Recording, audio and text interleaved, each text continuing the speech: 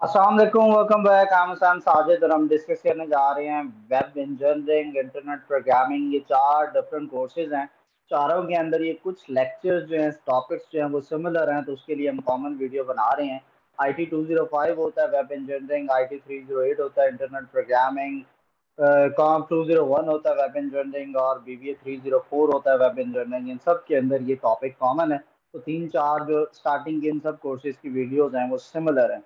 तो पहले जो दो हैं ये BSIT के होते हैं, फिर जो थर्ड पे हमारे पास आ रहा है ये आता है BS इस्लामिक स्टडीज के अंदर, और BBA 304 जो है वो बैचलर्स का BBA होता है। BBA के अंदर आता है ये हमारा फिफ्थ सेमेस्टर के लिए। तो स्टार्ट करते हैं। पहला लेक्चर हमारा, इसमें हमने देखना है कि HTML क्या होता है, हमने उसके इंट्रोडक्शन को डिस्कस करना है। तो HTML क्या है, इसके अगर हम वर्ड को देखें तो HTML, so it stands for hyper text markup language. Hyper text markup language इसकी फुल फॉर्म होती है। HTML is the standard markup language for creating web pages. और मार्कअप किसको बोलते हैं, टैग्स को बोलते हैं। ये भी हम आगे चल के डिस्कस करते हैं कि ये टैग्स वगैरह क्या होते हैं, हम इसको डीपली में आगे जाके इस पर बात करेंगे।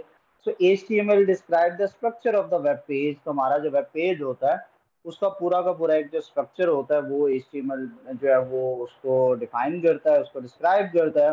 सो HTML consist of series of elements. यही जो हम मार्कअप की बात कर रहे हैं या टैग की बात कर रहे हैं उसी को हम एलिमेंट भी कहते हैं। तो इसके अंदर सीरीज ऑफ एलिमेंट्स होता है, ठीक है। So HTML elements tell the browser how to display the content. Content आपका टेक्स्ट हो सकता है, इमेजेस हो सकते हैं, ऑडियो वीडियो हो सकती है। तो उसको वेब पेज के अंदर डिस्प्ले किस तरह से करना है उसको हम वो जो है वो सारा का सारा जो ब्राउजर को चीज बताती है वो HTML ने बताना होता है। HTML element label pieces of content such as this is a heading, ठीक है, this is a paragraph, this is a link. वो इस तरह के जो है पीसेस होते हैं इनको लेबल कर रहा होता है HTML के टैग्स, और उसके ऊपर फिर ये अपने इफेक्ट्स जो है वो इम्प्लीमेंट करता है। So HTML element is defined by a starting tag, some content and then end tag। यानी कि टैग किस तरह से लिखते हैं, ये दो एंगल ब्रैकेट्स इनको बोलते हैं, लेस देन ग्रेटर देन। इसके बीच में जो भी एक नाम आप लिखते हैं वो एक प्री डिफाइंड वर्ड होता है, उसका एक स्पेसिफिक मीनिंग होता है जो कि हर ब्राउजर जानता है। तो उसको टैग नेम कहते हैं। तो आपका वो टैग नेम स्टार्ट होता है, बीच में जो भी आपने टेक्स्ट लिखना होता है सेम टैग नेम के स्टार्ट में आपने जस्ट डैश लगाना होता है। तो इससे क्या होता है, वो टैग जो है वो क्लोज हो जाता है। So HTML element is everything from starting tag to ending tag. ये H1 का टैग और ये H1 का क्लोजिंग टैग है। इसके दरमियान में जितना भी टेक्स्ट आएगा तो H1 का जो इफेक्ट है वो इसके दरमियान में आने वाले कंप्लीटली सारे के सारे टेक्स्ट के ऊपर इम्प्लीमेंट होता है। इसी तरह से ये पैराग्राफ का टेक्स्ट है। तो जो पैराग्राफ की प्रॉपर्टीज हैं, ये पैराग्राफ का पी का टैग यहाँ से स्टार्ट हो रहा है, यहाँ पे ये पी का टैग क्लोज हो रहा है। तो ये स्टार्टिंग टैग से लेके एंडिंग टैग के दरमियान में जितना टेक्स्ट आता है, तो पैराग्राफ के लिए जो भी प्रॉपर्टीज डिफाइंड है वो पूरे के पूरे टेक्स्ट के ऊपर इम्प्लीमेंट होती है। सो स्टैंडर्ड HTML के फॉर्मेट की बात करें तो एक HTML का टैग स्टार्ट होता है और लास्ट में जाके HTML का टैग क्लोज होता है। फिर ये जो HTML है इसको दो हिस्सों में डिवाइड किया होता है, हेड एंड बॉडी।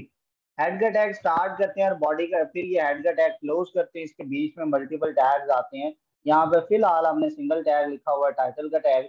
इसके बाद हमारे पास आता है बॉडी का टैग। बॉडी का टैग के अंदर मल्टीपल टैग्स होते हैं। एक ऐसा टैग जिसका कंटेंट सिंगल लाइन का होता है, उसका स्टार्टिंग और एंडिंग टैग जो है वो एक ही लाइन के अंदर होता है। लेकिन ऐसा टैग जिसके दरमियान में चीज जो है वो मल्टीपल लाइन पे जाने वाली है तो उसका स्टार्टिंग और एंडिंग टैग भी अलग अलग लाइन में होता है। यानी स्टार्टिंग और एंडिंग टैग के दरमियान वाली जितनी भी लाइन होती है उस पर आपके डिफरेंट टैग्स आते हैं, ठीक है। ये सेम लाइन के अंदर जरूरी नहीं है कि आपने स्टार्ट किया है तो क्लोज करेंगे तो इसका मतलब और है, अलग लाइन पे स्टार्टिंग क्लोजिंग है तो इसका मतलब और है। इससे फर्क नहीं पड़ता, आप बीच में एंटर दें, एक्स्ट्रा स्पेसेस दें, उसको आपका वेब ब्राउजर रीड नहीं करता।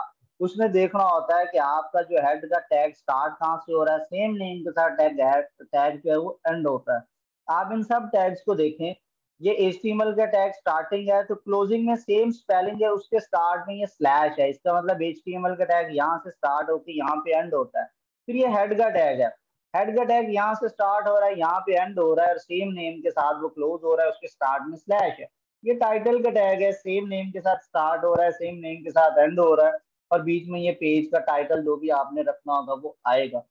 ये एक हेडिंग का टैग है, ये बीच में टेक्स्ट है, उसके ऊपर ये हेडिंग का टैग, क्योंकि ये टेक्स्ट छोटा सा है तो सेम लाइन में हमने स्टार्ट किया, सेम लाइन में उसको एंड कर दिया, लेकिन स्टार्टिंग टेक्स्ट और एंडिंग टेक्स्ट टैग का नेम सेम है, H1।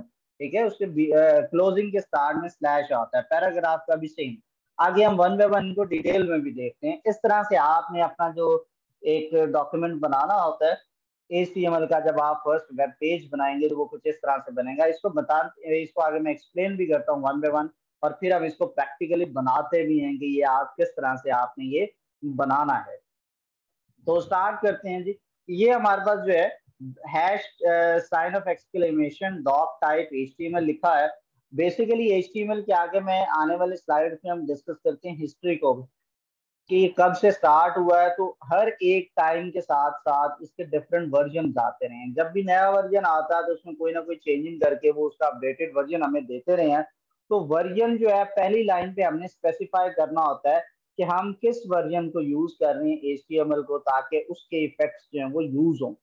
और हर वर्जन के अंदर, जिस तरह से कि एक पुराना मोबाइल है तो वो उसके अंदर एक फीचर आया ही नहीं था, तो आप जो है उसको अपडेट करके नया वाला फीचर उसमें नहीं इंस्टॉल कर सकते। रीजन क्योंकि वो पुराना मोबाइल है और वो मोबाइल इस न्यू फीचर को सपोर्ट ही नहीं करता। तो हर एक नए वर्जन के साथ नए हमारे पास फीचर्स आते रहे हैं। तो फीचर जो है वो हमें उसके वर्जन के हिसाब से मिलते हैं। तो अगर तो हमारा जो वो HTML का पेज है वो जिस वाले वर्जन को हम उसमें इंक्लूड करेंगे उसके रेलेवेंट टैग को वो एक्सेप्ट करेगा, उससे इररेलेवेंट टैग्स को वो एक्सेप्ट नहीं करेगा। और हमेशा होता है कि जो लेटेस्ट होता है वर्जन वो अपने से प्रीवियस वाले वर्जन के सब टैग्स को सपोर्ट करता है, लेकिन कोई भी पुराना वर्जन जो है वो न्यू वर्जन को सपोर्ट नहीं करता। तो ये HTML का टैग है, ये स्टार्ट है। अच्छा, हर टैग के अंदर वाला जब भी आपने टैग लिखना होगा तो शुरू से एक टैग के स्पेस देते हैं। इससे फर्क ये पड़ता है, अब ये मुझे इतना पता है कि HTML का टैग स्टार्ट है, बिल्कुल इसके सीध में नीचे जाके ये क्लोज हो रहा है, इसको ना तरतीब से इसको बोलते हैं इंडेंटेशन। इंडेंट करते हैं हम, उसको डिस्टेंस देते हैं। एक तो ये हमारे कोड के अंदर ब्यूटी भी पैदा होती है, इससे स्पेसिस के साथ हमें पता चल जाता है कौन सी चीज कहाँ से स्टार्ट है और कहाँ पे एंड हो रही है।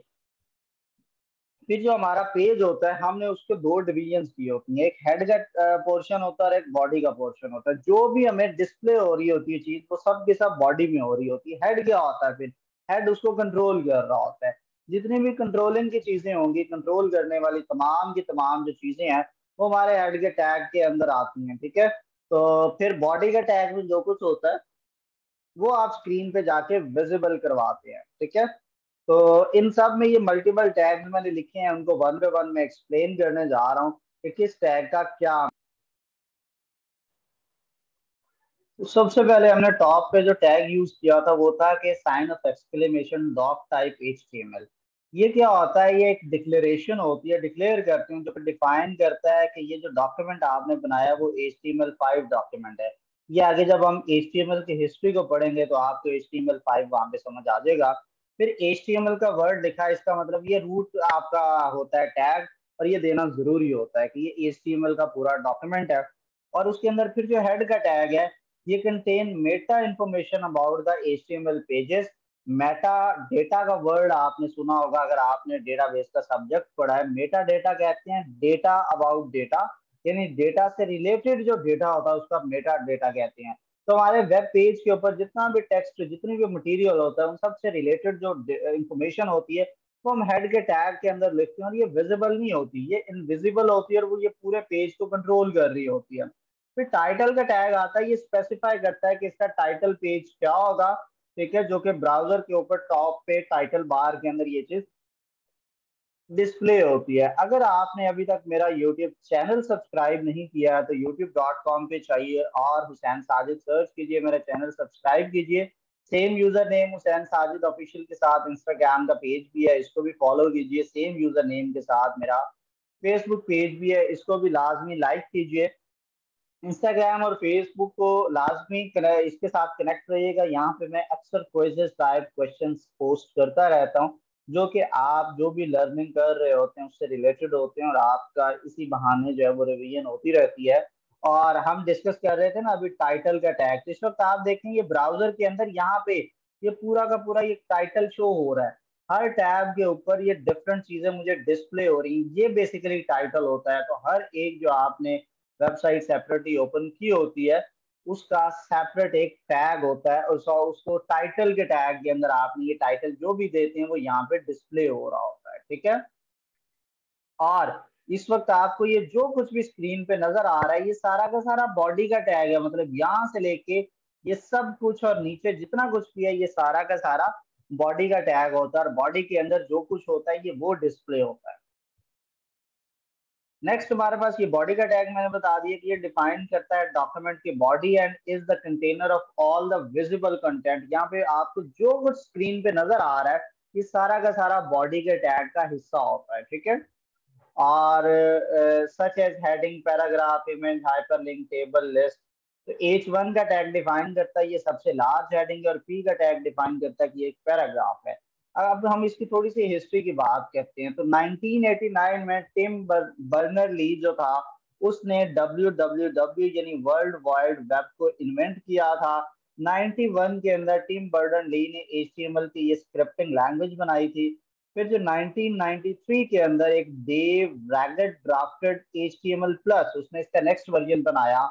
और फिर HTML का एक वर्किंग ग्रुप था, उन्होंने 95 के अंदर जो है वो 2.0 HTML 2.0 का वर्जन नया लॉन्च किया, उसके अंदर फर्दर चीजें अपडेट की। फिर यही चीजें जो थी ये W3C एक इंस्टीट्यूशन था उसके अंदर चली गई। और W3C ने क्या किया कि उन्होंने इसमें कुछ रिकमेंडेशंस थी और उसको उन्होंने 3.2 वर्जन का नाम दिया। फिर W3C ने 99 के अंदर जो है वो 4.01 HTML का वर्जन लॉन्च किया। फिर सन 2000 के अंदर W3C रिकमेंडेशन ने XHTML के नाम से 1.0 का वर्जन लॉन्च किया। फिर एक वॉट WG था जिन्होंने HTML5 का पहला पब्लिक ड्राफ्ट दिया था 2008 में। इन्होंने इसके फर्दर स्टैंडर्ड्स दिए 2012 में। फिर W3C ने 2014 के अंदर प्रॉपर एक प्रोफेशनल वर्जन जो था इसका HTML का HTML5 के नाम से उन्होंने लॉन्च किया। फिर 2016 के अंदर W3C ने फर्दर जो है कुछ रिकमेंडेशंस थी 5.1 के नाम से बना। फिर 2017 में उन्होंने ही 5.1 का सेकंड एडिशन निकाला, और 2017 के अंदर ये उन्होंने 5.2 के नाम से HTML का है। तो ये 5.12 को हम HTML5 भी मोस्टली कंसिडर करते हैं, ठीक है। तो ये इस तरह से इसके डिफरेंट वर्जन आते रहे हैं। Being a student of university आपको ये चीजें पता होनी चाहिए। अगर जस्ट इन केस कोई हिस्ट्री के बारे में आपसे पूछ लेते हैं तो आपको इतना पता होना चाहिए किस वक्त कौन कौन सा वर्जन आया है। अब हम टैग्स की बात कर रहे थे, हमने हर चीज को टैग का नाम दिया, तो इनको HTML के टैग्स बोलते हैं। तो HTML का जो टैग होता है, एक सेकंड में अगर एक दो चीजें देखता हूँ। अच्छा, तो HTML के जो टैग्स हैं उनको हम HTML एलिमेंट का नाम देते हैं, ठीक है। और साथ साथ आपको मैं बताता चलूं कि आपने किस तरह से अपना HTML का डॉक्यूमेंट बनाना है। यही जो चीज पीछे मैंने बना के दी है, हम अगर वो खुद से बनाना चाहें तो कैसे बनाते हैं। आपके पास एक सॉफ्टवेयर होना चाहिए नोटपैड प्लस प्लस। अगर आपके पास इंस्टॉल्ड नहीं है, आप यूट्यूब पे जाइए, इधर लिखें how to install notepad plus plus, ठीक है। और इसके ऊपर मैंने अपनी वीडियो एक बनाई है बाय हुसैन साजिद। आप देखेंगे तो आपको ये वीडियो मिल जाएगी कि ये आपने नोट पैड प्लस प्लस बनाना किस तरह से है। आप इस वाली वीडियो की 3.5 मिनट की वीडियो है, इसको आप क्लिक करेंगे तो आप विंडोज के ऊपर जो है इसको इंस्टॉल कैसे करते हैं वो आपको इसमें स्टेप बाय स्टेप गाइड आपको बता दी जाती है, ठीक है। तो इसके थ्रू आपने ये सॉफ्टवेयर इंस्टॉल करना है डाउनलोड करके नोट पैड प्लस प्लस, और इसका आपने लेटेस्ट वर्जन डाउनलोड करना है, ठीक है। और ये वीडियो 3.5 मिनट की है, इसको देख लीजिएगा। ये आप बनाने के बाद ये आपने करना है, तो यहाँ पे आप ओपन जब आप इसको कर लेंगे आपने इस तरह से लिखना शुरू करना है। तो डॉक टाइप HTML, और फिर आपने लिखना है HTML और थोड़ा एंटर करना, और यही HTML का टैग आपने क्लोज करना। फिर स्पेस देनी है, टैब का बटन प्रेस करें तो इधर आप टॉप पे लाना है आपने हेड, और इसी को एक लाइन एंटर करके आपने ये हेड का टैग क्लोज कर दिया। बीच में आपने ये टाइटल का ले आना है, और ये मैं लिख लेता हूँ माय फर्स्ट पेज, और ये टाइटल का टैग आपने क्लोज कर देना है। और यहाँ पे भी ये स्पेस के साथ ये बॉडी का टैग है, और ये बॉडी का टैग खत्म हो जाता है, बीच में स्पेसिस देनी है। इधर मैं लिखूंगा H1 का टैग है माय फर्स्ट हेडिंग, और ये H1 का टैग आपका क्लोज हो जाता है। और इधर आपने ये P का टैग लेना है, तो माय फर्स्ट पैराग्राफ, और इस पी के टैग को आपने क्लोज कर देना। अगर ये पैराग्राफ का टेक्स्ट ज्यादा होता है तो फिर आपका पी का स्टार्टिंग और एंडिंग लाइन जिस तरह से बाकियों के अलग अलग है टैग, तो वो भी सेपरेट होगा। इसको आपने सेव करना है, चाहे फाइल पे क्लिक करें और सेव एज पे जाइए, और यहाँ पर आपने इसका नाम लिखना है इंडेक्स। और सबसे पहले आपने जगह सेलेक्ट करनी है कि किस फोल्डर में आपने, मैं ये एक HTML का फोल्डर है मेरा डेस्कटॉप पे, आपने पहले कहीं ना कहीं फोल्डर क्रिएट कर लेना है अपने C ड्राइव, D ड्राइव या E ड्राइव में, और उस फोल्डर को ओपन करके उसके अंदर आपने खाली इंडेक्स लिखना है। और इसकी जो टेक्स्ट फाइल है, इधर ये एच आप सर्च करेंगे, hyper text markup language file आ रही होगी, इसको सिलेक्ट करना है, इसको आपने सेव करना है। और सेव करने के बाद आपने उस फोल्डर को जाके ओपन करना है, तो वहां पर आप देखेंगे इस नाम से, ये इंडेक्स के नाम का मैंने बनाया, और उसके ऊपर फाइल के ऊपर ब्राउजर बन चुका है। ब्राउजर इसलिए बनता है क्योंकि ये ब्राउजर के अंदर डॉक्यूमेंट ने ओपन होना होता है। आप इसको डबल क्लिक करेंगे, ये आपके पास चीज ओपन हो गई है। और यहाँ पर आप देख सकते हैं ये वो टाइटल है माय फर्स्ट पेज, ये माय फर्स्ट हेडिंग का H1 का टैग है, और ये P का टैग है। इस तरह से आपके ब्राउजर के अंदर ये चीजें आपको डिस्प्ले होती हैं, जो कुछ भी आपने उधर बनाया होता है। ठीक है, तो इस तरह से आप एक अपना पहला HTML का डॉक्यूमेंट क्रिएट करते हैं। आगे फर्दर उसको डिस्कस करते हैं। HTML एलिमेंट, ये जो जितने भी हमने टैग बनाए हैं ये क्या है, HTML का एलिमेंट है, हेड का एलिमेंट है, ये बॉडी एक एलिमेंट है। एलिमेंट कहते हैं टैग को, तो हर टैग जो है वो एक एलिमेंट होता है। तो एलिमेंट्स जो हैं, HTML element is defined by start tag, some content and end tag. और HTML एलिमेंट जो है ये everything from starting tag to ending tag होता है। और ये ऑलरेडी भी हम इसके बारे में थोड़ा सा पीछे भी डिस्कस किया है। ये हमारा एक सिंपल पहला एक पेज है, ठीक है, ये उसका कोड है। HTML can be nested, nested कहते हैं टैग के अंदर टैग, यानी ये टैग है एंड पे ये क्लोज हो रहा है तो उसके अंदर भी टैग आ रहा है, तो इसको नेस्टेड कहते हैं। All document consist of nested element, the following is an example. तो ये एग्जांपल हम ऑलरेडी बना चुके हैं, इस एग्जांपल को मैंने ऑलरेडी एक्सप्लेन भी कर दिया है। सो सम HTML element will display correctly even if you forgot the end tag. कुछ ऐसे टैग्स होते हैं जिनका आप एंडिंग टैग नहीं भी लगाएंगे तो वो एग्जैक्टली आपको सही आउटपुट देते हैं, लेकिन कुछ होते हैं जिनका उसका इफेक्ट पूरी तरह से इम्प्लीमेंट नहीं होता, तो उसका अगर आपने क्लोजिंग टैग नहीं लगाया तो उसका इफेक्ट पड़ता है। तो आपने पैराग्राफ का टैग लिखा, इसका एंडिंग टैग भूल गया तो ये चल जाता है। HTML element with no content is called empty element. For example, the BR tag defines a line break and is an empty element. यानी आपने ये जो एग्जाम्पल देखी, इसी को देख लें, ये लिखा हुआ है पैराग्राफ का टैग, ये यहाँ से स्टार्ट हो रहा है, यहाँ पे एंड हो रहा है, बीच में कंटेंट आता है, तो ये एम्प्टी टैग नहीं है। ऐसा टैग जिसका स्टार्टिंग टैग है एंडिंग नहीं है, तो उसके दरमियान, तो दरमियान के लिए दो पॉइंट्स को होना जरूरी है, यानी स्टार्टिंग टैग और एंडिंग टैग, तभी उसके दरमियान में कोई ना कोई कंटेंट आएगा। तो ऐसा टैग जिसके मिड में कोई कंटेंट नहीं होता, जाहिर सी बात है वो सिंगल टैग होता है, उस टैग का क्लोजिंग टैग नहीं होता। तो BR एक ऐसा टैग, जब भी आप वैसे बीच में टेक्स्ट के दरमियान में आप एंटर लिखते जाएं, वो एंटर काउंट नहीं होता। फॉर एग्जाम्पल, ये मैंने लिखा है और ये मैंने एंटर कर दिया है, ये बीच में लिख देता हूं मैं फर्दर के my name is Hussain Sajid, I am a computer science lecturer. अब ये मैंने अलग अलग लाइनों पे लिखा है ना, लेकिन वो इसको कंसीडर नहीं करता। आपने रिफ्रेश किया, वो सिंगल लाइन में सारा टेक्स्ट शो हो रहा है। तो एंटर करने के लिए आपको बीच में एक BR का टैग देना पड़ता है। यहाँ से मैं एंटर करवाना चाहता हूँ, तो ये मैंने BR का टैग लिखा है। अब इसके बाद जो कुछ भी इस लाइन में आ रहा है, जहां पर भी ये BR टैग है, उसके बाद वाला सारा टेक्स्ट जो है वो नेक्स्ट लाइन में चला जाएगा। अब मैं जाके इसको रिफ्रेश करता हूँ, लेकिन कोई चेंजिंग नहीं, क्यों नहीं हुई, क्योंकि मैंने इसको सेव नहीं किया। Ctrl+S प्रेस करेंगे, ये सेव होगा, उसके बाद इसको आप रिफ्रेश करेंगे तो ये देखें, इसका मतलब है कि यहाँ पे मैंने BR का टैग लिखा था, इसके बाद वाला कंटेंट अगली लाइन में चला गया। तो इस तरह के टैग्स को हम बोलते हैं एम्प्टी टैग, जिसके दरमियान में कंटेंट कोई नहीं होता। ठीक है, HTML tags are not case sensitive. Case sensitive कहते हैं, कैपिटल ए और स्मॉल ए दो अलग अलग चीजें हैं, इसको बोलते हैं केस सेंसिटिव। अगर किसी जगह पर आपने कैपिटल ए लिखा है और वो स्मॉल ए रीड करता है तो फिर वो उसका इफेक्ट नहीं आता, लेकिन ये जो HTML है ये केस सेंसिटिव नहीं होता।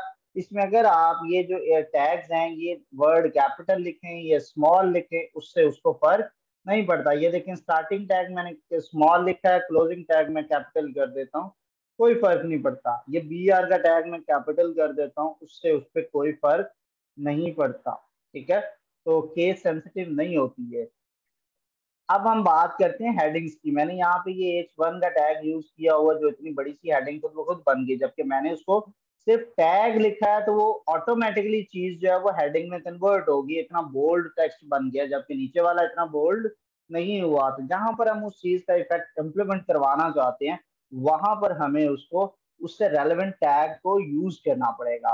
तो HTML के हेडिंग के जो टैग्स होते हैं ये टोटल 6 हेडिंग्स होती हैं। अब आप ये देख सकते हैं ये टाइटल्स के लिए हम हेडिंग्स को यूज करते हैं और ये मल्टीपल हेडिंग्स हैं जिसके डिफरेंट साइजेस हैं। एक्चुअल में ये 6 हेडिंग्स होती हैं H1, और सबका स्टार्टिंग और क्लोजिंग टैग होता है। स्टार्टिंग और क्लोजिंग टैग के दरमियान में जितना भी टेक्स्ट आता है वो सारा का सारा उसके ऊपर उस हेडिंग का जो भी इफेक्ट होता है वो इम्प्लीमेंट हो जाता है। ठीक है, H1 का स्टार्टिंग टैग है, H1 का क्लोजिंग टैग, और इसके कॉरेस्पॉन्डिंग आप देख रहे हैं सबसे बड़ी हेडिंग आ रही है। और ये H6 का स्टार्टिंग टैग और H6 उसका क्लोजिंग टैग, और ये सबसे छोटी हेडिंग आ रही है। तो जहां पर आपको जिस साइज की हेडिंग की जरूरत होती है अपने वेब पेज पर, आप उससे रेलेवेंट हेडिंग यूज करते हैं। सो सर्च इंजन जो है वो हेडिंग्स को यूज करते हैं to index the structure and content of your web pages. तो हेडिंग्स का यूज हमारे डॉक्यूमेंट के अंदर बहुत जरूरी होता है। User often skim the page by its heading. It is important to use heading to show the document structure. तो आपने अपने डॉक्यूमेंट का स्ट्रक्चर शो करना हो तो उसके लिए हेडिंग्स को यूज करना बहुत जरूरी है। H1 heading should be used for main heading, followed by H2 heading and less important H3 and so on। यानी कि जो आपकी किसी भी जगह पर मेन हेडिंग होती है वो आपने H1 में ही लिखना है, और उससे सेकंड आपका जो सब टाइटल जिस तरह से आप लिखते हैं वो H2 में ले आए, और जो लेस इंपॉर्टेंट इससे H3, और इसी तरह से सबसे लेस इंपॉर्टेंट हेडिंग आपकी H6 होती है। और ये इनका साइज होता है H1, H2, H3 to H6 होता है। 2 EM जो है ये 1 इंचेस के इक्वल होता है, और बेसिकली और इसके पिक्सल्स में बात करें तो 32 पिक्सल इसका साइज होता है। ठीक है, और यहाँ पर जिस तरह आप देखते हैं ना कि आप वेट देखते हैं किलोग्राम में होता है या किसी चीज का साइज मीटर में होता है, तो उसी तरह से यहाँ पे हमारे पास स्क्रीन वाले फॉर्म में रेजोल्यूशन होती है और उसके पिक्सल्स होते हैं। तो H1 का जो होता है वो 32 पिक्सल होता है, H2 जो है वो 24 पिक्सल, H3 18.72, और H4 16 पिक्सल, H5 H6, इस तरह से ये मल्टीपल हर एक के पिक्सल्स होते हैं। सबसे जो बिगर एडिंग होती है, अगर आप H1 का मैक्सिमम साइज तो 32 है, अगर आप इससे बड़ी एडिंग चाहते हैं तो आप उसके लिए फिर एडिशनल काम करना पड़ता है। Each HTML heading has a default size. However, you can specify the size of any heading with the style attribute. अब जो स्टार्टिंग टैग होता है उसके अंदर आप एक वर्ड लिखते हैं इक्वल, और राइट साइड पे उसकी वैल्यू आती है, तो इस चीज को एट्रीब्यूट नेम कहते हैं, और राइट पे ये सारी इसकी वैल्यूज हैं। ठीक है, तो आप ये स्टाइल का एट्रीब्यूट के साथ आगे आप फॉन्ट साइज की प्रॉपर्टी यूज करते हैं, और उस प्रॉपर्टी को जितना साइज आप देते हैं उतनी बड़ी ये हेडिंग हो जाती है। अब यही हेडिंग की मैं बात करूं, इसको मैं फर्दर बड़ा करना चाहता हूं, तो आप इसी वाले के स्टार्टिंग में आएंगे, स्पेस देके आप लिखेंगे स्टाइल इक्वल, और ये डबल कोटेशन, इसके अंदर आप लिखेंगे फॉन्ट साइज और सेमीकोलन, और सॉरी सेमीकोलन से पहले कॉलन, और साइज इसका बताना है कितने पिक्सल आप देना चाहते हैं, और फिर सेमीकोलन। कंट्रोल S से इसको सेव करें और ब्राउजर में जाके रिफ्रेश करें तो ये देखें अब हेडिंग बड़ी हो गई है, तो उसका साइज आप उसके डिफॉल्ट साइज से भी ज्यादा कर सकते हैं। नेक्स्ट हमारे पास आता है HTML एट्रीब्यूट। एट्रीब्यूट क्या होता है? ये पैराग्राफ का टैग है। So the HTML tag defines the, sorry ये पैराग्राफ, एक सेकेंड, हाँ ये रहा। तो पैराग्राफ टैग्स हैं, फिर आगे हम इसके एट्रीब्यूट्स को भी वन बाय वन डिस्कस करते हैं। तो HTML का जो अंदर जो P का टैग है ये पैराग्राफ को डिफाइन करता है। Paragraph starts on a new line and browser automatically add some white spaces margin before and after the paragraph. जब आप पैराग्राफ को यूज करते हैं, इसके स्टार्टिंग और एंडिंग में थोड़ा सा डिफरेंस होता है, ठीक है। तो हर पैराग्राफ का टैग जो है वो सेपरेट होता है, यदि इसके पहले और बाद में कुछ नहीं लिखा जाता, वो आप इससे पहले कुछ लिख भी देंगे टैग के स्टार्टिंग में, तो वो उसको इससे पीछे भेज देगा और इसको अगली लाइन पे ले जाएगा, ठीक है। और इस तरह से ये तीन पैराग्राफ हैं, तो ये तीन पैराग्राफ के वो सेपरेट लाइन पे शो कर रहे हैं। और वैसे हमने लिखा था कि न्यू लाइन में जाने के लिए आप बी आर का टैग यूज करते हैं, लेकिन ये कुछ टैग्स ऐसे होते हैं जो न्यू लाइन से स्टार्ट होते हैं, तो जब भी वो लिखते हैं तो उसके स्टार्टिंग और एंडिंग भी और कुछ भी नहीं बचता, वो अगली लाइन में खुद ब खुद चला जाता है। और किसी भी टैग के अंदर आप ये एट्रीब्यूट जो होता है वो इस तरह से लिखते हैं कि उस एट्रीब्यूट का नेम इक्वल और राइट पे उसकी वैल्यू लिखते हैं। ये हमने क्या किया, पूरे के पूरे बॉडी के ऊपर हमने इम्प्लीमेंट कर दिया एक कलर। तो ये बीजी कलर एक डिफॉल्ट प्रॉपर्टी है, एट्रीब्यूट है। और इक्वल करते हैं तो ये सयान आपने लिखा, तो वो जो HTML का वो वाला टैग है, वो जितना एरिया कवर कर रहा है उसके बैक पे ये कलर इम्प्लीमेंट हो जाता है। फॉर एग्जाम्पल, मैं जाता हूँ यहाँ पर ये पैराग्राफ के टैग में, मैंने इधर लिखा बीजी कलर और ये सयान और ये क्लोज किया। और ये हर एट्रीब्यूट जो है हर जगह इम्प्लीमेंट भी नहीं होता, इसको जाके सेव करके रिफ्रेश करें तो ये अब आप देखें कि ये पैराग्राफ के ऊपर इम्प्लीमेंट नहीं हुआ। लेकिन आप इसी को कट करें और इसी को आप जाके ऊपर पेस्ट कर दें, बीजी कलर को इधर से कट करें, बॉडी के टैग में पेस्ट करें, और अब आप इसको रिफ्रेश करें तो ये बॉडी का कलर चेंज हो गया। तो अब आप देखें कि वही चीज एक टैग पर नहीं चल रही, दूसरे पर चलती है। तो जब आप इंटरनल टैग्स होते हैं उनके कलर आपने चेंज करना होता है, उसके लिए आप स्टाइल के एट्रीब्यूट को यूज करते हैं। तो यही जो आपने स्टाइल का एट्रीब्यूट यूज किया हुआ है, इसके आगे आप लिख दें बैकग्राउंड, ये कलर की प्रॉपर्टी है, और इसके आगे थोड़ा कॉलन लिखते हैं, और इसको आप लिखते हैं जी रेड और फिर सेमी कॉलन। तो इस वाले का बैकग्राउंड कलर रेड कर देगा। इसको जाएं और रिफ्रेश करें, अब आप देखेंगे हेडिंग जो है पूरा एरिया कवर कर रही है चूंकि, तो इसका बैकग्राउंड रेड हो गया, ठीक है। नेक्स्ट हमारे पास क्या आता है जी, how to HTML display, you can not sure HTML will be display. आप ये नहीं कह सकते जो आपने HTML लिखा है वो स्क्रीन पर एज इट इज डिस्प्ले होगा। लार्ज और small screen resize window will create different results. हर तरह की स्क्रीन उस चीज का डिफरेंट रिजल्ट प्रोड्यूस करती है। With HTML you can not change the display by adding extra spaces और extra lines in your HTML code. यानी आप इसके अंदर एक्स्ट्रा वाइट स्पेसेस, अब जिस तरह मैंने ये टेक्स्ट लिखा हुआ ना, मैं यहाँ पे ये एंटर करके इतना ले जाता हूँ, वो इसको रीड ही नहीं करेगा। ये जो एक्स्ट्रा स्पेस आप ऐड कर रहे हैं, वो HTML का जो ब्राउजर है वो ऑटोमेटिकली इस एक्स्ट्रा स्पेस और लाइन को रिमूव कर देगा। मैंने ये सारा कुछ करने के बाद भी ये देखें सेव हुआ हुआ है, और जाके मैं ब्राउजर में रिफ्रेश भी कर रहा हूँ तो मेरे ब्राउजर पे इस टेक्स्ट के ऊपर कोई फर्क नहीं पड़ रहा। यानी आप एक्स्ट्रा स्पेस देते भी हैं, ब्राउजर उसको रीड ही नहीं करता, ठीक है। तो आपको एक्स्ट्रा स्पेस के लिए टैग्स की हेल्प लेनी पड़ती है। सो ये हमने इधर ये इसी को मैंने इम्प्लीमेंट कर दिया, बैकग्राउंड कलर इसका येलो कर दिया। एक पैराग्राफ है, बीच में देखो मैंने कितनी स्पेसेस दी हैं, लेकिन ये जो पैराग्राफ रन हुआ है तो वो ये पूरा का पूरा सिंगल लाइन में शो हो रहा है। मैंने इसको 6-7 लाइनों में लिखा था, यानी आप खुद से एंटर कर रहे हैं, वो उस एंटर को रीड ही नहीं करता। उसके लिए ये सिंगल चीज है, और वो इसको एक ही साथ पूरी लाइन पर डिस्प्ले करेगा। ये अगला पैराग्राफ है, और ये थोड़ा लंबा था तो इसका स्क्रीन का क्योंकि यहाँ पे साइज खत्म हुआ है तब वो न्यू लाइन में गया है, अदरवाइज उसने बीच में स्पेस नहीं देनी थी, क्योंकि ये जो स्क्रीन शो हो रही है जब वो एंड से खत्म हो जाती है फिर वो अगली लाइन में लाता है, वरना वो एक ही लाइन में उसको शो करवाएगा। तो आप खुद से स्पेसिस देंगे या न्यू लाइंस ऐड करेंगे, वो उसको रीड ही नहीं करता। अब इसके अंदर एक होता है हॉरिजॉन्टल रूल, कहते हैं इसको।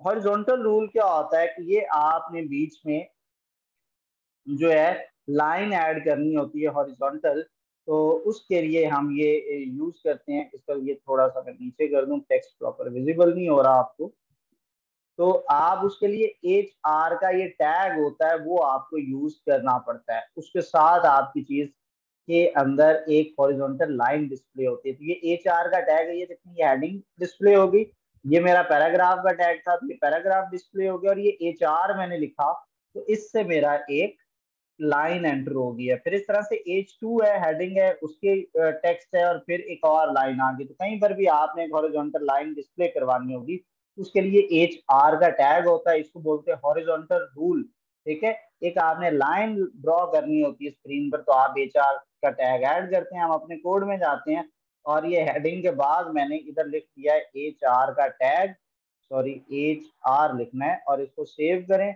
और अपने ब्राउजर में जाके रिफ्रेश करें तो ये देखते हैं आप इधर बीच में ये एक लाइन ऐड हो गई है। ठीक है, नेक्स्ट हमारे पास क्या आता है जी, HTML के अंदर ये लाइन ब्रेक आती है। अगर आपने कहीं पे न्यू लाइन में टेक्स्ट को भेजना है तो बीच में आपको BR का टैग लिखना पड़ेगा, वरना खाली खुद से एंटर करने से वो चीज को अगली लाइन में नहीं भेज। अब ये देखिए लिखा तो एक ही लाइन में है, लेकिन दिस इज के बाद मैंने BR का टैग लिखा है। अब पैराग्राफ फिर BR का टैग लिखा है विद लाइन ब्रेक।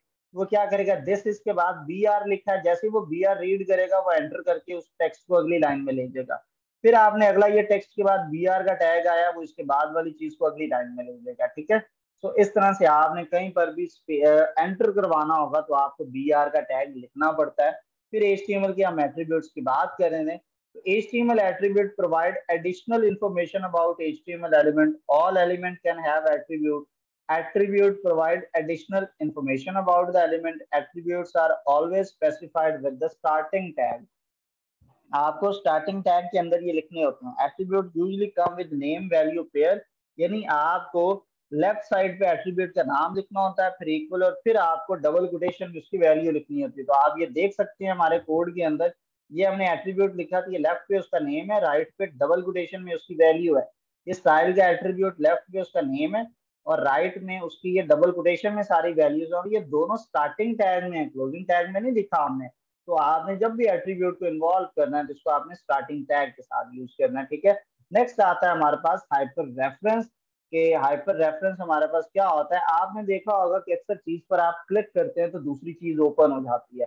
तो वो बेसिकली क्या होता है, उसको आपने हाइपर रेफरेंस दिया होता है। ए का टैग होता है, ये डिफाइन करता है, इसको हाइपर लिंक कहते हैं। ठीक है, और HREF इसके अंदर एट्रीब्यूट होता है, और राइट साइड पे इसमें एक URL होता है, जो हम लिखते हैं तो वो चीज ओपन हो जाती है जो आपने उसमें लिखी होती है। तो यहाँ पर हम आते हैं, ये मैंने लिखा है ना अपना हुसैन माय फर्स्ट हेडिंग, मैं ये पैराग्राफ के बाद जा रहा हूँ और इधर ये पहले HR ऐड किया, और यहाँ पे मैंने एक लिखा है ए का टैग है और HREF, और राइट साइड पे डबल कोटेशन में चीज इक्वल, और फिर इधर मैंने लिख दिया है हुसैन साजिद यूट्यूब चैनल। ये हमने वैसे एक टेक्स्ट लिखा और इसको हमने लिंक करना है कि जब मैं इस वाली चीज पे क्लिक करूंगा तो उस पर मेरा यूट्यूब चैनल जो है वो ओपन हो जाएगा। तो ये इस तरह से होता है, ए का टैग स्टार्ट किया, ए का टैग क्लोज है। एंकर के स्टार्टिंग टैग के अंदर हाइपर रेफरेंस का एट्रीब्यूट होता है, यहाँ पर आपने पेज का लिंक देना होता है। अब मेरे पेज का यहाँ से मैं गया और ये मैंने इसको क्लिक किया, इसको सेव किया, और ये इसको यहाँ पर ला के मैंने कॉपी करके सॉरी पेस्ट कर दिया। इसको आप सेव करें, आपने ये ऑनलाइन वेबसाइट का लिंक दिया, आप दूसरे HTML पेजेस का भी इसी तरह से लिंक लिखते हैं। तो अब इसको जाकर पहले हम रिफ्रेश करेंगे, ये वाला हमारा ये टेक्स्ट था, इसको हमने ये रिफ्रेश किया और ये हुसैन साजिद आ गया यूट्यूब। इस पर क्लिक करूंगा तो अब ये देखें मेरा यूट्यूब ओपन हो गया। तो इस तरह से आप किसी चीज को दूसरी चीज के साथ लिंक कर सकते हैं। ठीक है, इसको बोलते हैं हाइपर रेफरेंस एट्रीब्यूट। फिर SRC का एट्रीब्यूट होता है। SRC का एट्रीब्यूट क्या करता है, ये इमेजेस को इन्वॉल्व करता है। तो मैं क्या करता हूँ, हम सेम इधर जाते हैं और एक कोई भी एक इमेज डाउनलोड कर लेते हैं। मैं जाके जी डाउनलोड कर लेता हूँ यहीं से ही अपना ये जो लोगो वाली इमेज है, इसको मैं ओपन इमेज कर लेता हूँ। तो इसको आप कोई भी इमेज आप कहीं से भी उठा सकते हैं। यहाँ पे ये मेरा टेक्स्ट का इमेज है, इस पर मैं क्लिक कर रहा हूँ और ये एक इमेज ओपन हो रहा है। इसको मैं कॉपी करता हूँ, इसको आपने सेव एज कर लिया और इसको मैं माय पिक के नाम से इस इमेज को सेव कर रहा हूँ और मैं डेस्कटॉप में सेम फोल्डर में जाके रखता हूँ जो मेरा HTML, जहाँ पे मेरा पहले HTML का है। और ये mypic.jpg के नाम से ये फाइल मेरी बनी है। तो मैं जाऊंगा इधर अपने टेक्स्ट के अंदर और उसके अंदर ये SRC का एट्रीब्यूट होता है, IMG का टैग होता है। जिस तरह आपको मैंने बताया ना एम्प्टी टैग्स, एम्प्टी एलिमेंट होता है, तो ये इमेज का भी एलिमेंट एम्प्टी होता है कि इसका स्टार्टिंग टैग तो होता है लेकिन क्लोजिंग टैग नहीं होता। तो आपने इसको अपने टेक्स्ट के अंदर यहाँ पे जाना है और इसके बाद यहाँ पर IMG, और ये आपने टैग को क्लोज कर दिया। इसके अंदर आपने SRC का एट्रीब्यूट लिखा और डबल कुट इक्वल करके डबल कोटेशन में आपने सेम फोल्डर है तो डॉट स्लैश रिप्रेजेंट करता है कि जिस फोल्डर में ये वाला मेरा HTML का कोड पड़ा है उसी में ये वाली मेरी पिक्चर पड़ी है। तो आपने उस पिक्चर को इस तरह से यहाँ पे पहले पिक्चर का नेम लिखना है माय pic.jpg और इसको सेव करना है। ब्राउजर में जाके इसको अपने उस पेज को रिफ्रेश करना है। यहाँ पे वो इमेज इन्वॉल्व होगी, आप ये देखते हैं वो इमेज यहाँ पे आ गया, लेकिन ये पिछले टेक्स्ट के साथ है। तो मैं इसको न्यू लाइन में लिखना चाहता हूँ, तो बीच में मैं br का टैग ऐड करूंगा। अब ये इमेज मेरी अगली लाइन में चली गई है, देख रहे हैं आप। फिर मैं चाहता हूँ कि ये पूरी की पूरी इस तरह से इमेज ना आए, तो मैं हाइट इक्वल मैं लिखूंगा इधर 300 मैंने लिख दिया, तो इसकी जो हाइट है वो 300 पिक्सल ऑटोमेटिकली वो सेट। आप देखिए इमेज छोटी हो गई है, उसी इमेज को आपने चेंज कर दिया है। तो इस तरह से आप इस इमेज को कंट्रोल भी कर सकते हैं, हाइट और विड्थ। आगे हम इसके ऊपर प्रॉपर भी बात करेंगे, एक प्रैक्टिस करेंगे जब आगे सीएसएस के साथ इसके, तो उधर आप इसको ज्यादा अच्छे से समझ सकेंगे। तो इस तरह हम डॉक्यूमेंट के अंदर एक पिक्चर को ऐड करते हैं। नेक्स्ट हमारे पास, अब ये सारी चीज मैंने आपको एक्सप्लेन कर दी है। आईएमजी इसमें टैग यूज करते हैं, एसआरसी आपकी लोकेशन को रिप्रेजेंट करता है, और ये आपका उस इमेज का नाम होता है। अब ये जो two ways to specify the URL होता है, एक होता है आप एब्सोल्यूट यूआरएल देते हैं और एक होता है रिलेटिव यूआरएल देते हैं। एब्सोल्यूट यूआरएल क्या होता है? ये लिंक करता है एक्सटर्नल इमेज को जो किसी वेबसाइट के ऊपर पड़ी है। अब मैं इस इमेज को, अभी तो मैंने डाउनलोड करके डायरेक्ट इमेज दी है, मैं इसको यूं भी कर सकता हूं कि यहाँ पर मैं इसको डायरेक्ट ये पाथ देता हूँ अपनी फेसबुक वाली इमेज का।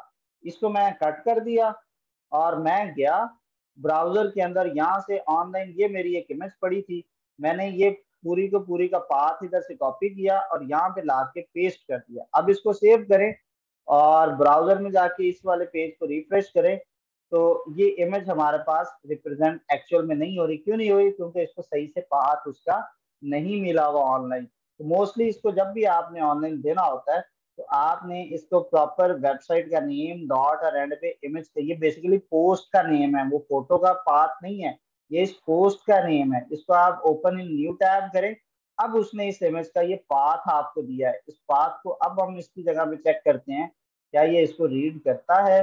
तो मेन होता है, अगर आप अब देखें, अब वो पाथ हमने इमेज का दिया है, तो अब वो चीज उसने आके रीड कर दिया और ओपन हो गया। तो आप एग्जैक्ट ऑनलाइन वेबसाइट का लिंक देते हैं और वेबसाइट के लिंक के बाद स्लैश लगा के आपने उस पिक्चर का नेम भी लिखना होता है। तो इसके अंदर सब कुछ लिखा हुआ है, उसने में दे दिया है कि इमेज इस लिंक के ऊपर ओपन होगी। और आप दूसरा क्या है? Relative URL. रिलेटिव का मतलब है डायरेक्ट आपके पास आपके ही अपने फोल्डर के अंदर इमेज पड़ा है। तो अगर आपका सेम फोल्डर है, जिस तरह अगर हम यहाँ पे बात करेंगे, जहां पर फाइल है वहीं पे माई पिक पड़ी है, और अगर यहाँ पर एक इमेज का फोल्डर होता IMG और ये पिक जो है इसके अंदर मैं रखता, तो फिर मुझे इधर पाथ देते हुए, यानी पहले तो मैं यूं कर रहा था कि डायरेक्ट मैंने इमेज का नेम लिखा था। अब वो फोल्डर के अंदर है, तो पहले आपको IMG फोल्डर का नेम लिखना पड़ेगा, फिर स्लैश और फिर इमेज का नेम, और इसको जाके रिफ्रेश करें। अब ये मैंने चूंकि सेव नहीं किया, तो इसको कंट्रोल एस करें और अब आप अपने ब्राउजर में जाएं, इसको रिफ्रेश करें, तो वो चीज फिर भी ओपन हो रही है, क्योंकि वो लिंक है, आपने पाथ उसका सही से एडजस्ट किया हुआ है। ठीक है, तो इस तरह से आप इमेज, और फिर इसकी आप हाइट और विड्थ, अभी मैंने आपको बताया, आप कंट्रोल कर सकते हैं। एक ऑल्ट का एट्रीब्यूट होता है। ऑल्ट क्या होता है कि समटाइम ये इमेज ब्रोकन इमेज शो होता है। आपने ये देखा, मैं इधर जाके ना माई पिक 1 लिखता हूँ, जिसको अब सेव किया और यहाँ पर आया अपने ब्राउजर में, इसको रिफ्रेश किया, तो ये इमेज ब्रोकन है, ये नजर ही नहीं आ रहा। इमेज ब्रोकन इमेज है, क्योंकि एग्जैक्टली उस पाथ पर वो इमेज हमें मिला ही नहीं है, तो वो डिस्प्ले कहाँ पे होगा? तो उसके लिए फिर आप ऑल्ट का एट्रीब्यूट करते हैं। ऑल्ट के लिए आप इधर आते हैं, ALT, और ये एट्रीब्यूट है, इसके अंदर आपने को टेक्स्ट लिखना होता है। मैं अपना नेम लिख रहा हूँ, तो ये मैंने सेव किया, तो जब इसको आप रिफ्रेश करेंगे, वो ब्रोकन इमेज की जगह पे साथ ये टेक्स्ट शो हो जाता है। तो इमेज समटाइम डिस्प्ले ना हो, तो फिर हम कहते हैं एटलीस्ट उससे रेलेवेंट टेक्स्ट तो शो हो, ताकि रेलेवेंट इन्फॉर्मेशन आगे जाए। तो इसके लिए हम ALT का टैग बीच में यूज करते हैं। ठीक है, फिर ये स्टाइल का एट्रीब्यूट होता है, ये हम ऑलरेडी आपको बता चुका हूँ कि जब आपने उसके ऊपर कलर ऐड करना हो, फॉन्ट साइज और बहुत सारी चीजें, फिर हम स्टाइल का प्रॉपर्टी एंटर करते हैं। अपना ढेर सारा ख्याल रखिएगा। नेक्स्ट वीडियो के अंदर हम इसी से आगे कंटिन्यू करेंगे। तो आपका कोई भी क्वेश्चन हो तो ये लेफ्ट साइड पे व्हाट्सएप नंबर मेंशन है, और आप इस पर मेरे से कांटेक्ट कर सकते हैं। इंशाल्लाह नेक्स्ट वीडियो में आपसे फिर मुलाकात होगी। तब तक अल्लाह हाफिज।